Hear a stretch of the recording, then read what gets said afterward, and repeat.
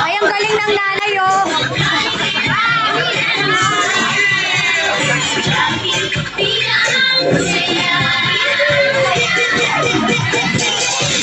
Alright, thank you so much, best friend.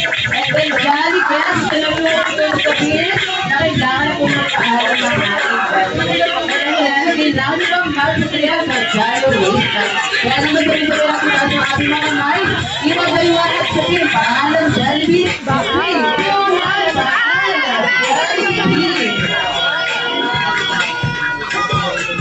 Simoloyo. Siyempre na kayo natin po kayo sa inyo na.